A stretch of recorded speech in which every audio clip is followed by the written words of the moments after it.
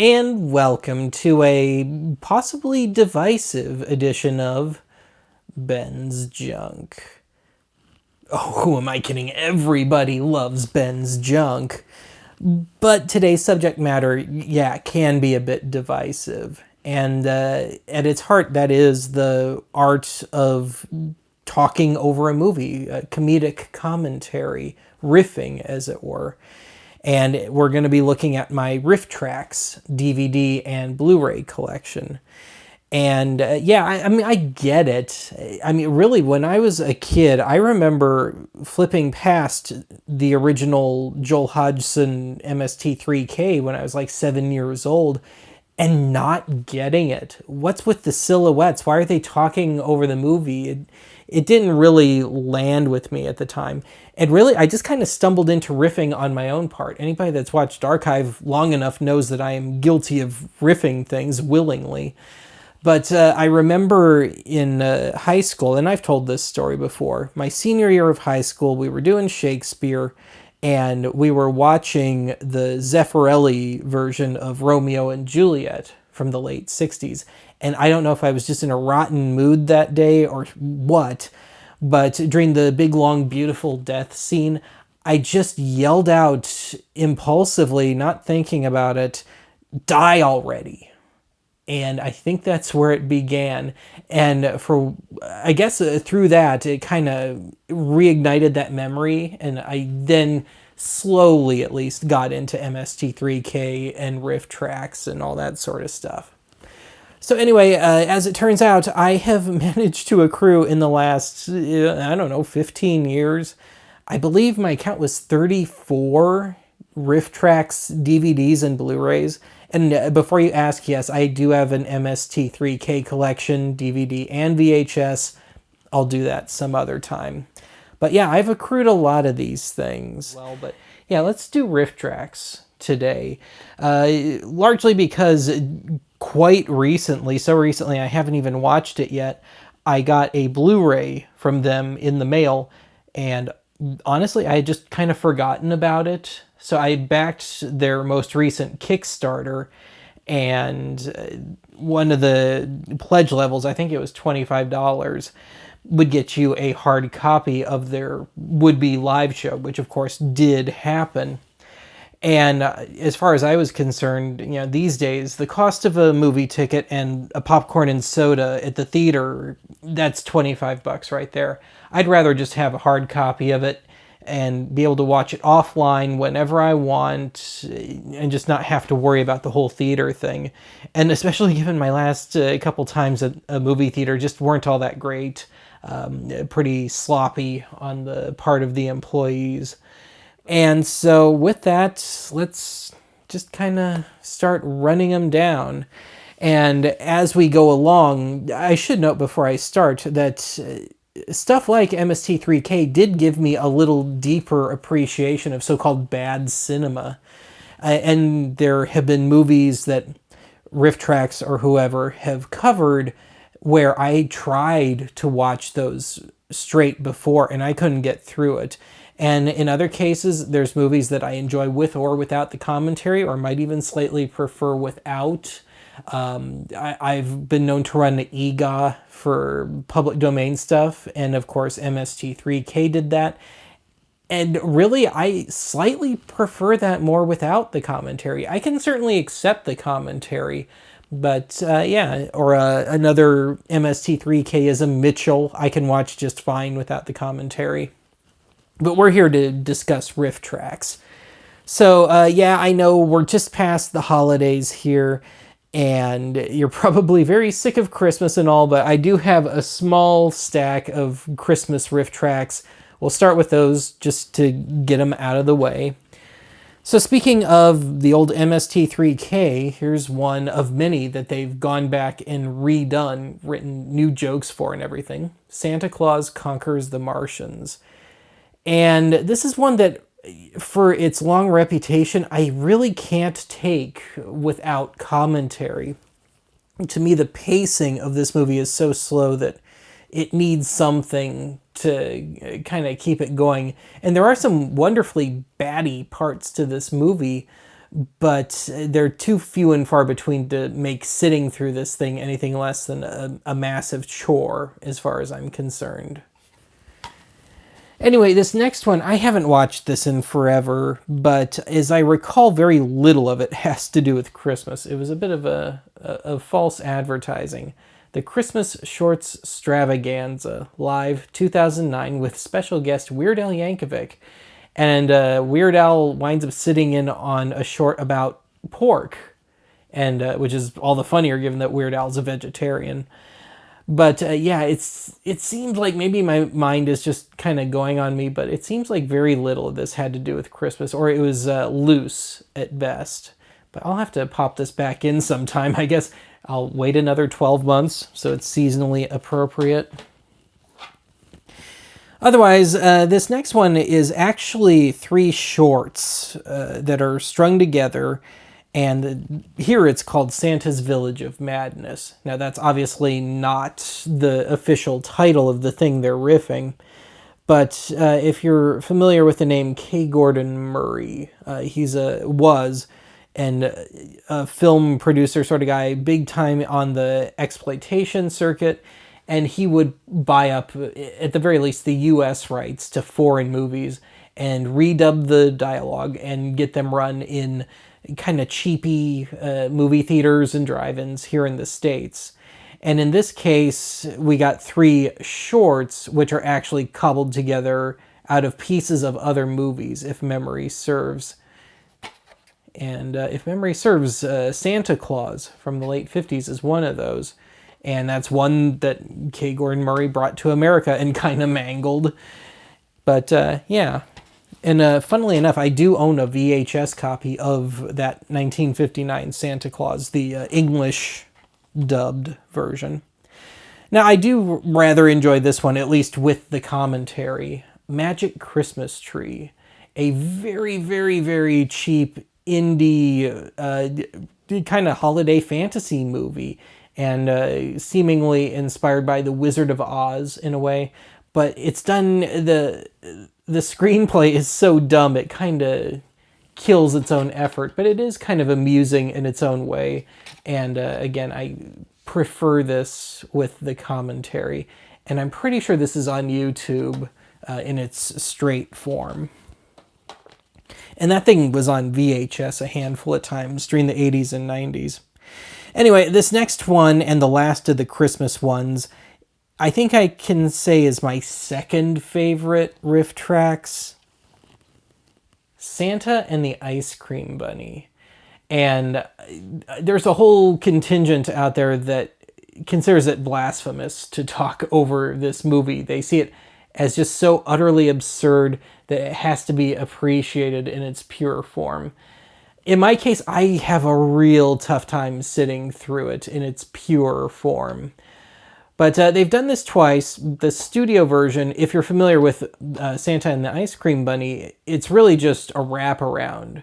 So in this case, the movie within a movie, the entire middle chunk of the thing is a very, very cheap production of Thumbelina. When they went back and did this live, it was Jack and the Beanstalk. So there were clearly different versions of this thing floating around. But yeah, this is one that I adore the commentary. And of course, the very famous her moment. I'm not going to do that voice, but Bill Corbett kind of doing the evil voice for the Ice Cream Bunny. And this is another one that got a bunch of cheapy VHS issues in the 80s and 90s. All right, I got a whole stack of shorts compilations here. And in a way, it's kind of how I like Rifftrax best. It allows me to get just kind of that quick dose, and it keeps the jokes a little fresher. Things don't lag as much as they can with a feature film. But this is the very first one. And this is when they were still trying to do some sort of conceptual thing instead of just straight talking over movies. Because, you know, MST3K had a concept. Mike and Kevin and Bill did a thing called the Film Crew prior to Rifftrax, and that had its own whole reason for existing. So here, it's, at least for one short, Kevin and Bill getting re-rendered as truly nightmarish CG creatures, watching and commenting over the movie, still MST3K style, but you're seeing them on the screen, and it's yeah, I'm glad they dropped it. It's just absolutely terrible. And having said that, I do tend to agree with the school of riffing that it helps to have a reason. Otherwise, you just come off as kind of a jerk. But in the case of Rifftrax, given how long they'd been at it and given all that they had done prior to it, I think they can get away with not having a concept to it. Anyway, Volume 2, and yes, every one of these has some willfully embarrassing artwork. You know, sophomoric jokes to go with the sophomoric humor. Now, some of these, you'd think there would be a concept to it, or at least one short on the DVD that would fit in with the title, but this would obviously be kind of just a cute title. Rifftrax plays with their shorts. But in the case of something like Shortstoberfest, you'd think there would have been kind of like an Oktoberfest or Oktoberfest adjacent appropriate short somewhere in there, but yeah, not really. It was just a cute name. Or Order in the Shorts. You think they would do more kind of legal films, juvenile delinquency films, but well, in this case, I suppose they did. Contradicting myself. It goes to show how long it's been since I've watched some of these. Yeah, I don't just have 34 DVDs of the same thing in regular rotation. Anyway, Shorts to Astonish. Handcrafted artisanal shorts. That's a bit of a reach.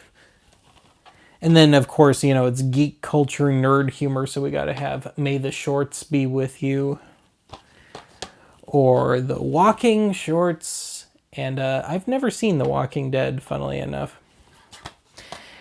Now, I only have one of the Bridget and Mary Jo series. So, Mrs. Nelson, Mike's wife, and then Bridget, Mary Jo, who is on the later seasons of MST3K. They've gotten together and done their whole run of things, still ongoing as am I making this riffing stuff. And I might tick a few people off by saying this, but I prefer when they stick to shorts over features. It seems like they kind of struggle with features just to keep the momentum going. But they do some excellent work on the shorts, especially on those shorts where it's, shall we say, the shorts that the girls saw in gym class. The stuff that the guys aren't necessarily qualified to cover. All right, let's resume the movies. Now, this next one, in the right mood, I can take it straight, but I think it's really that much better with the help of the commentary. Birdemic. And, of course, James Wen and his kind of Hitchcock fixation, which is referenced in the artwork here. But, yeah, I think the commentary does add a certain something to this. Not that it doesn't have plenty of amusing moments, just in its own right. Now, this next one is one that they did, you know, for MST3K initially, and then went back and redid as Rifftrax. And I've never actually opened this one, Time Chasers. And the reason I've never opened it is because it came with a download or the ability to stream.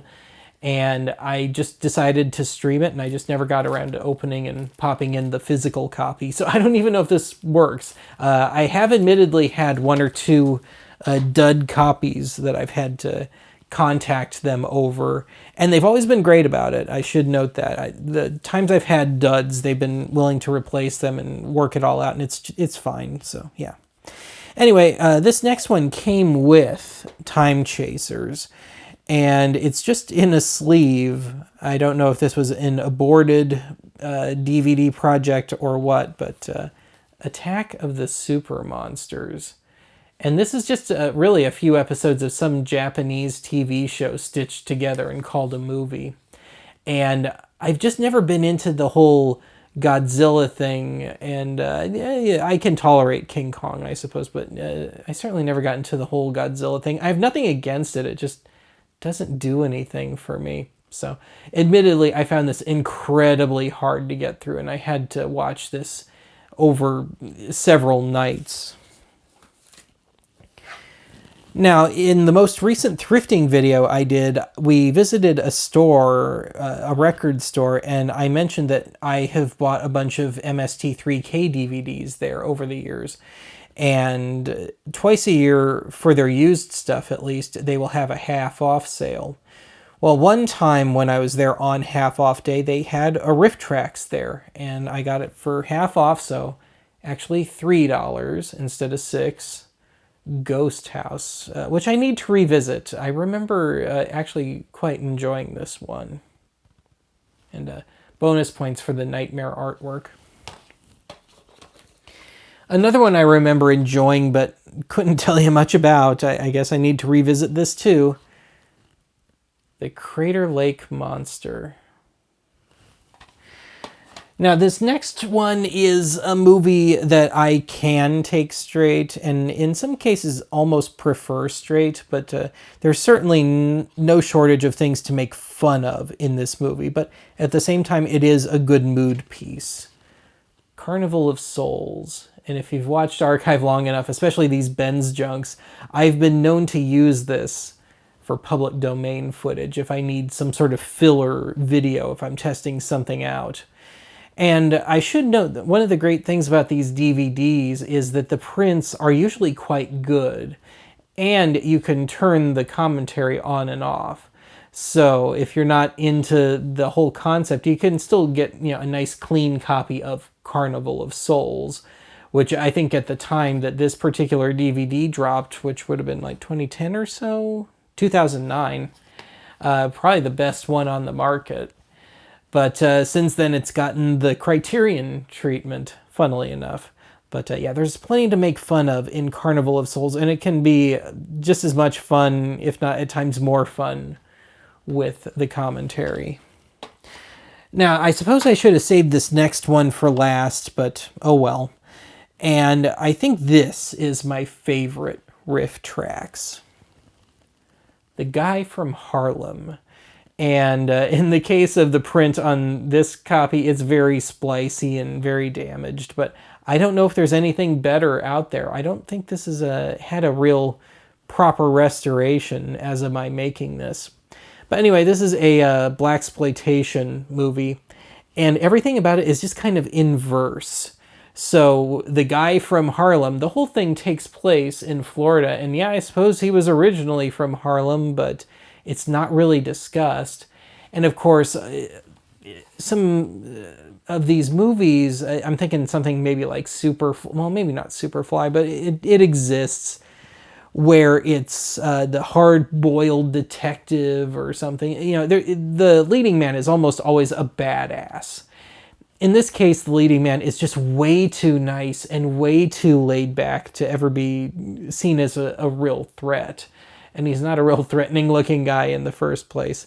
But just wonderfully goofy dialogue, really cheap set dressing, obviously improvised set dressing at times. And yeah, I can watch this straight perfectly fine and really enjoy it. But there's some really nice commentary in this too. So yeah, my personal favorite. All right, let's jump over to the Blu-ray stuff. So here's one of their live ones, Octoman, kind of one of those 70s pseudo-ecological horror films. I think Frogs from like 1971 or 2 is probably the closest thing I can think of offhand. Now this next one, I mentioned much earlier in this video that this sort of thing helped me either get through movies I couldn't initially or gave me a better appreciation. In this case, I had tried to watch this at some point straight, and I could not get through it. And that would be Reefer Madness. And there is a studio version of this too, but this is the live version. And I prefer the studio version, actually. But yeah, Legend Films has done most of the MST3K DVDs and Blu-rays. And they mostly deal in public domain stuff, and in the name of creating their own copyrights to them, they will do things like colorize movies. And to me, Reefer Madness is an explicitly black and white movie. And here, not only is it in color, it's given a willfully trippy color. So somebody blows out some smoke, it's, rainbow colored, and yeah. But as for the jokes, I was finally able to get through this movie.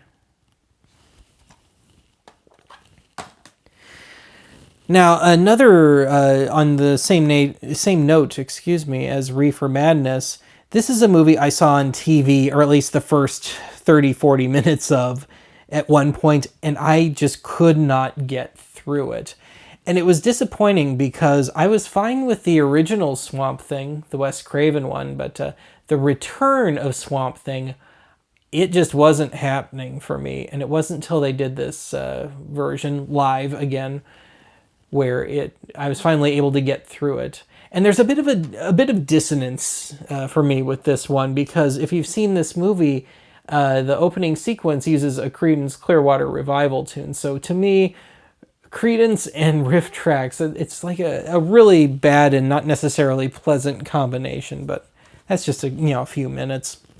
Anyway, this next one is one they initially did for MST3K and redid as Rifftrax, and I enjoy both versions.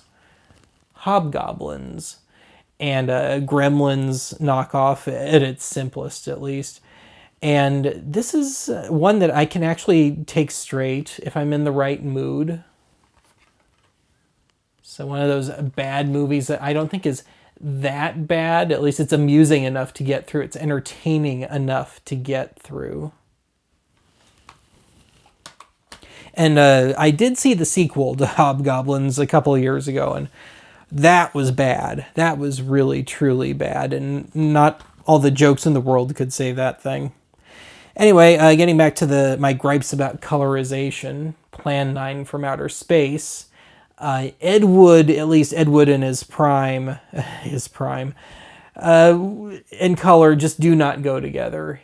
He had a very black and white mindset as far as certainly his more horror and sci-fi themed movies went. And of course, he did do some color stuff much, much later on. And if you know the story of Ed Wood, you know what kind of movies those are. And here's one that was already done for MST3K, then redone live, Space Mutiny. And I like both versions. And I've actually owned a straight copy of this on VHS for a very long time now. But it's a movie I just can't really take straight. I definitely need help getting through this one. And I know that's blasphemous to say. This is supposed to be kind of a VHS classic, but yeah, it just doesn't really happen for me. And I should note, as far as being able to turn the commentary on and off, if it's a live one, obviously you're not going to be able to turn it off. It should go without saying. Anyway, this is one I do like, and if I'm in the right mood, I can take straight. But House on Haunted Hill, the Vincent Price one, William Castle, the king of the gimmick horror movies. But yeah, and this is another one that got colorized, and I don't really like that. I actually prefer the studio version of this, black and white, and no special guest, and you can tell they were kind of struggling to fill time, at least in a live setting with this one. Otherwise, Amityville, The Evil Escapes with Patty Duke, and the best movie about a killer floor lamp that you'll ever see. Otherwise, I really did not like this one, with or without Rifftrax. And I suppose it would make sense. I really hated Starship Troopers, straight or with Rifftrax. And this is kind of a continuation, one of the same cast members, Star Raiders. But to me, Starship Troopers was kind of the ultimate example of filmmaking by committee. And this is just, you know, kind of a really cheap sci-fi movie that accomplishes nothing. The Giant Spider Invasion, which, as I recall, the giant spider is a bit limited. But I do remember enjoying this one. And lastly, bringing us full circle, I mentioned getting this in the mail from their Kickstarter. Rad. And I haven't opened it yet. So I can't comment on this. And I've never seen this one at all, straight or with Rifftrax. Anyway, that's going to be it for this installment of Ben's Junk. And it seems like a fairly quick one, at least for me. Hopefully it was for you too. Anyway, I will talk to you again soon.